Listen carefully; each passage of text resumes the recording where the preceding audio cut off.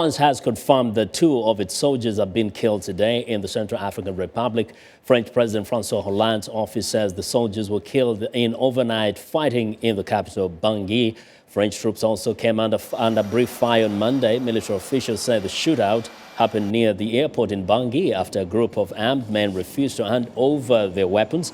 Despite the brief exchange, French officials say overall the disarmament process is going on well. Now, France has 1,600 French troops working along with African forces as part of a UN mandated effort to restore security and protect civilians. Meanwhile, U.S. President Barack Obama sent a message to the people of the Central African Republic. Joining us now from the United Nations with more insight is UN VOA correspondent Margaret Besheer. Hello, Margaret. Hi, Vincent. Now, first, tell us, what was the message of the president to the people of CAR? Well, the president recorded this message on his way to the Mandela Memorial. He stopped in Senegal to refuel and did it there. He told the people of Central African Republic that they should reject violence and look towards a future of peace and security. He said, you have the power to choose a different path if you show your love for your country by rejecting violence. And I think that was the main message, reject violence, because the U.S. and many other countries are very concerned about this turn in sectarian intercommunal fighting. We've mentioned the French, but many people still say, what is the role of the U.S. in all of this effort?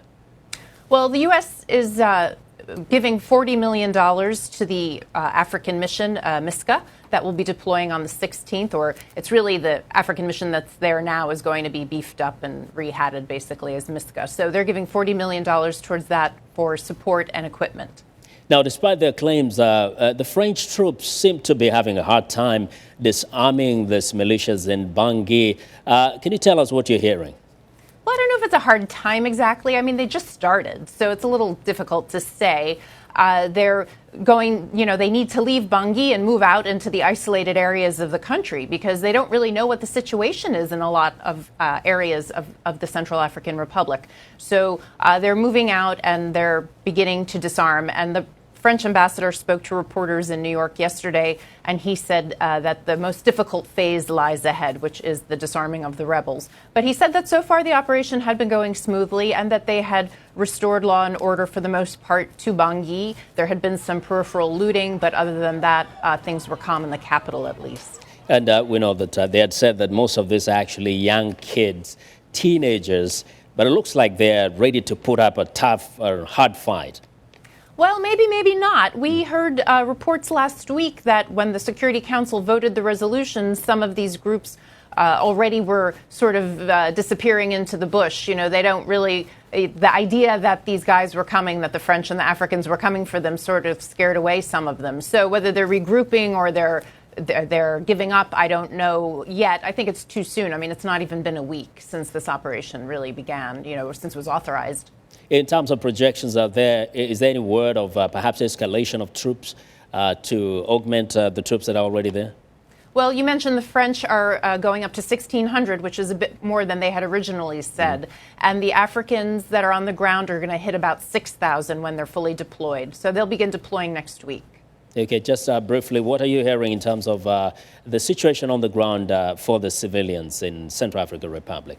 Well, it's not an easy situation. The World Food Program is trying to reach about 1 million people that they say are vulnerable. They're displaced by the violence. They're in remote areas of the country. But the World Food Program is having difficulty reaching them because of the violence. And they say they're at risk of severe hunger. So it's a very serious situation on the humanitarian front. Virtually the entire country of 4 million people needs some sort of help.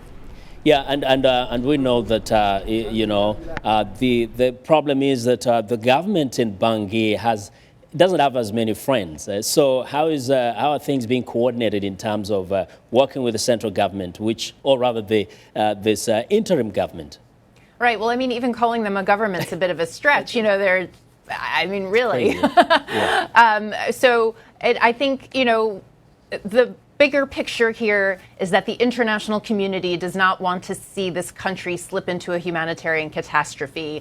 They don't want to see more mass atrocities. There's already been over 400 people killed since last week. The international community is having to deal with the authorities that are there in order to avoid a more serious crisis. And that's the bottom line. So they're going to deal with them. Well, Margaret, and thanks. I will mention also, President Hollande is on his way to Central African Republic. He's in South Africa now for the Mandela Memorial, and he is going to stop over on his way back to Paris in the Central African Republic in Bangui briefly. We'll definitely follow up on that. Thanks a lot, Margaret. Well, that's Margaret Besheer, VOA's UN correspondent, reporting live from New York.